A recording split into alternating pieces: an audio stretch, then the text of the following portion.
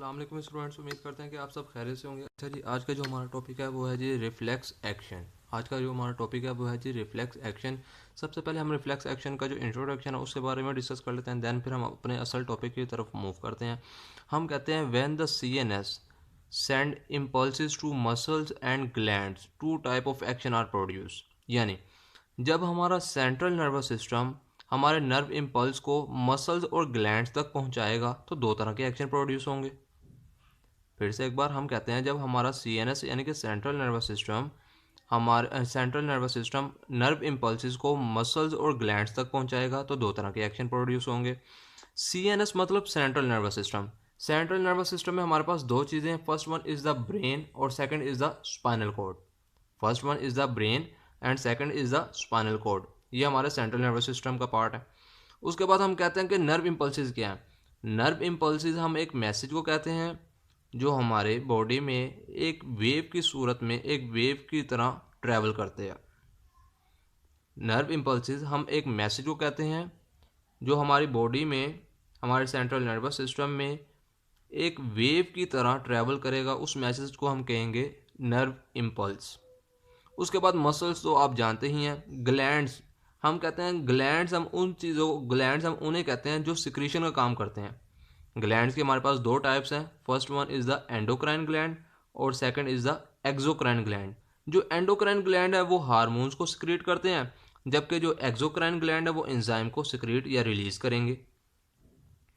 Gland हम उन्हें कहते हैं जो सिक्रीशन का काम करते हैं। ग्लैंड के हमारे पास दो टाइप्स हैं, first one is the endocrine gland, second is the exocrine gland. Endocrine gland हम उन ग्लैंड को कहेंगे जो हार्मोन्स को सिक्रीट करेंगे, जबकि एक्सोक्राइन ग्लैंड वो ग्लैंड हैं जो एंजाइम को सिक्रीट या रिलीज करेंगे। तो हमने कहा कि जब हमारा CNS यानी कि सेंट्रल नर्वस सिस्टम हमारे मसल्स और हमारे ग्लैंड्स तक नर्व इम्पल्सिस को ट्रांसफर करेगा या सेंड करेगा तो दो तरह के एक्शन प्रोड्यूस होंगे। अब हम देखते हैं वो कौन कौन से दो तरह के एक्शन है। First one is the voluntary action और second is the involuntary action. First one is the voluntary action और second is the involuntary action. Voluntary action हम उन एक्शन को कहते हैं जो हमारी मर्जी से हों। फॉर एग्जाम्पल हम चलते हैं, ये हमारी मर्जी से है। इनवॉलंटरी एक्शन हम उन एक्शन को कहते हैं जो हमारी मर्जी से ना हो, जो हमारी ख्वाहिश के मुताबिक ना हो। फॉर एग्जाम्पल हमारी हार्ट बीट, हमारी ब्रीथिंग, यानी हम सांस लेते हैं अपनी मर्जी से नहीं लेते, ये हमारे पास इनवॉलंटरी एक्शन है। हमारी हार्ट बीट यानी कि दिल का धड़कना, ये हमारी मर्जी से नहीं होता, हमारी ख्वाहिश में नहीं है, तो ये क्या है हमारे पास इनवॉलंटरी एक्शन। जो हमारे पास वॉलंटरी एक्शन है वो हमारा ब्रेन कंट्रोल करता है और ब्रेन को हम कहते हैं हायर सेंटर। जो वॉलंटरी एक्शन है वो हमारा ब्रेन कंट्रोल करता है और ब्रेन को हम कहते हैं हायर सेंटर। इनवॉलंटरी एक्शन जो है वो हमारा स्पाइनल कॉर्ड कंट्रोल करता है। इनवॉलंटरी एक्शन जो है वो हमारा स्पाइनल कॉर्ड कंट्रोल करता है।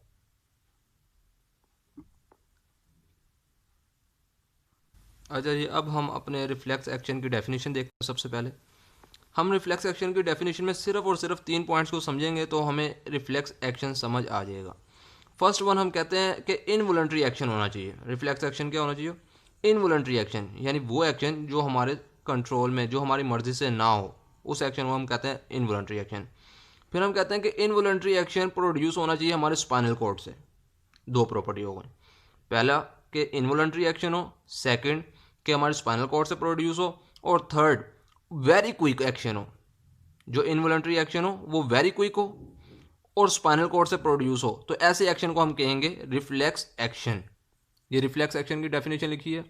Involuntary action response produce by the CNS यानी कि spinal cord is very quick, such a action response is called reflex action. First one involuntary action होना चाहिए, सेकंड हमारे स्पाइनल कॉर्ड से प्रोड्यूस होना चाहिए, और थर्ड वेरी क्विक, बहुत तेज होना चाहिए। जिस एक्शन में ये तीनों की तीनों प्रॉपर्टीज पाई जाएंगी हम उस एक्शन को कहेंगे रिफ्लेक्स एक्शन। अब हम देखते हैं रिफ्लेक्स आर्क। हम कहते हैं रिफ्लेक्स एक्शन को प्रोड्यूस करने के लिए नर्व इम्पल्स जिस पाथवे को, जिस रास्ते को फॉलो करेंगी उस पाथवे या उस रास्ते को हम कहेंगे रिफ्लेक्स आर्क। फिर से एक बार, रिफ्लेक्स एक्शन प्रोड्यूस करने के लिए नर्व इम्पल्स जिस पाथवे को या जिस रास्ते को फॉलो करेंगी उस पाथवे या उस रास्ते को हम कहेंगे रिफ्लेक्स आर्क। जैसा कि यहाँ पे लिखा भी है, pathway followed by the nerve impulse for producing a reflex action is called reflex arc. अच्छा जी, अब हम रिफ्लेक्स एक्शन और रिफ्लेक्स आर्क की एक एग्जांपल देख लेते हैं। एग्जांपल में लिखा हुआ है withdrawal of hand after touching a hot object, यानी कि हमारा हाथ किसी गर्म चीज़ को टच होता है और जैसे हमें फील होता है हम उस चीज़ से अपना हाथ वापस पीछे हटा लेते हैं। ये एग्जांपल है। इस एग्जांपल को अब हम डिटेल में देखते हैं। फॉर एग्जांपल, ये हमारे पास एक कैंडल मौजूद है और ये इसका फ्लेम है और ये हमारा हाथ। जब हमारा हाथ यानी कि हैंड पहले हमारा हाथ नॉर्मल पोजीशन में मौजूद है, नॉर्मल पोजीशन या नॉर्मल इन्वायरमेंट में मौजूद है। जैसे ही हमारा हाथ या हैंड इस फ्लेम पर आता है तो एकदम इन्वायरमेंट चेंज हो जाता है, यानी कि इन्वायरमेंट हॉट हो जाता है। पहले हमारा हाथ नॉर्मल इन्वायरमेंट में मौजूद है तो हमें कुछ नहीं होता। जैसे ही हमारा हाथ फ्लेम पे आता है तो एकदम से हमें गरम गरम फील होता है, यानी कि इन्वायरमेंट हॉट हो जाता है। जैसे हमारा हाथ इस फ्लेम पे आया, इन्वायरमेंट चेंज हुआ, यानी कि इन्वायरमेंट हॉट हो गया। हमने कहा था कि जब इन्वायरमेंट में चेंज आता है तो स्टिमुलस प्रोड्यूस होता है। तो पहले हमारा हाथ नॉर्मल नॉर्मल इन्वायरमेंट में था, फिर एकदम से हॉट इन्वायरमेंट में आ गया, एकदम इन्वायरमेंट चेंज हुआ तो क्या स्टिमुलस प्रोड्यूस हो गया। अब इस स्टिमुलस को हमारा रिसेप्टर रिसीव करेगा, लेकिन एक मैसेज की फॉर्म में। हमारे हाथ में कुछ रिसेप्टर मौजूद हैं जो इस स्टिमुलस को रिसीव करेंगे in the form of message, यानी कि एक मैसेज की फॉर्म में। फिर जैसे ही हमारे रिसेप्टर एक मैसेज की फॉर्म में स्टिमुलस को रिसीव कर लेंगे तो फिर वो इस मैसेज को हमारे स्पाइनल कॉर्ड तक यानी कि कोऑर्डिनेटर तक पहुंचा देंगे। फिर हमारा स्पाइनल कॉर्ड यानी कि कोऑर्डिनेटर इस मैसेज को रीड करेगा। देन मैसेज को रीड करने के बाद हमारे इफेक्टर तक पहुंचा देगा। इफेक्टर यानी कि हमारे आर्म्स के मसल्स तक। हमारे आर्म्स के मसल क्या करेंगे कि इस मैसेज को पढ़ेंगे और जैसे हमारा इफेक्टर का काम चूंकि ये होता है कि वो रिस्पॉन्स प्रोड्यूस करे, तो चूंकि जैसे जो इन्फॉर्मेशन हमारे स्पाइनल कॉर्ड से हमारे इफेक्टर तक पहुंचेगी, हमारा इफेक्टर जो है उसके अकॉर्डिंग वर्क करेगा। तो जैसे जो इन्फॉर्मेशन पहुंची उसके अकॉर्डिंग इफेक्टर ने रिस्पॉन्स प्रोड्यूस करना है, तो इफेक्टर हमारे आर्म्स के मसल को कहेगा जी कॉन्ट्रैक्ट करो। जैसे हमारे आर्म्स के मसल कॉन्ट्रैक्ट करेंगे तो एकदम से हम अपना हाथ वापस पीछे हटा लेंगे और ये एक रिस्पॉन्स भी प्रोड्यूस हो जाएगा। तो ये एक सारी की सारी एग्जांपल है जी रिफ्लेक्स एक्शन और रिफ्लेक्स आर की। अब हम देखते हैं ये रिफ्लेक्स एक्शन और रिफ्लेक्स आर की कैसे एग्जांपल है।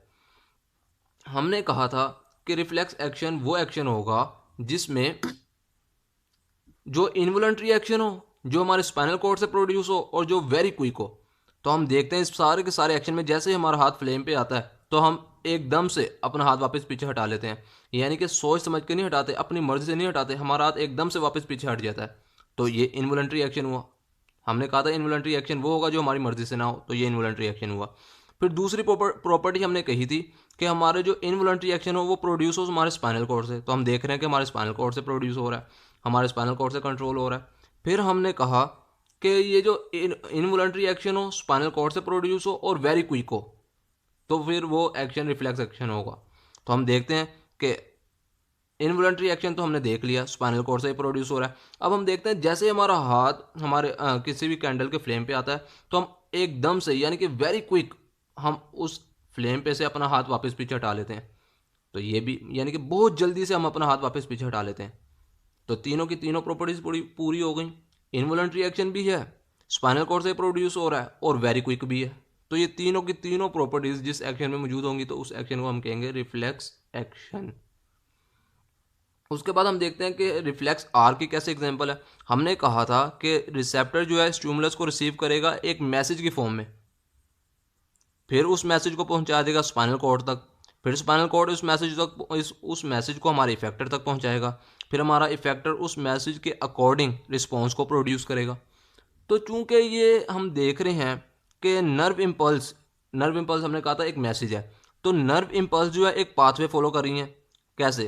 पहले स्टिमुलस को जो है वो रिसेप्टर ने रिसीव किया, यानी कि नर्व इम्पल्स मूव हुई स्टिमुलस से रिसेप्टर तक, फिर मूव हुई रिसेप्टर से कोऑर्डिनेटर तक, फिर कोऑर्डिनेटर यानी कि स्पाइनल कॉर्ड तक पहुंच चुकी थी, तो उसके बाद स्पाइनल कॉर्ड से हमारे इफेक्टर तक पहुंची।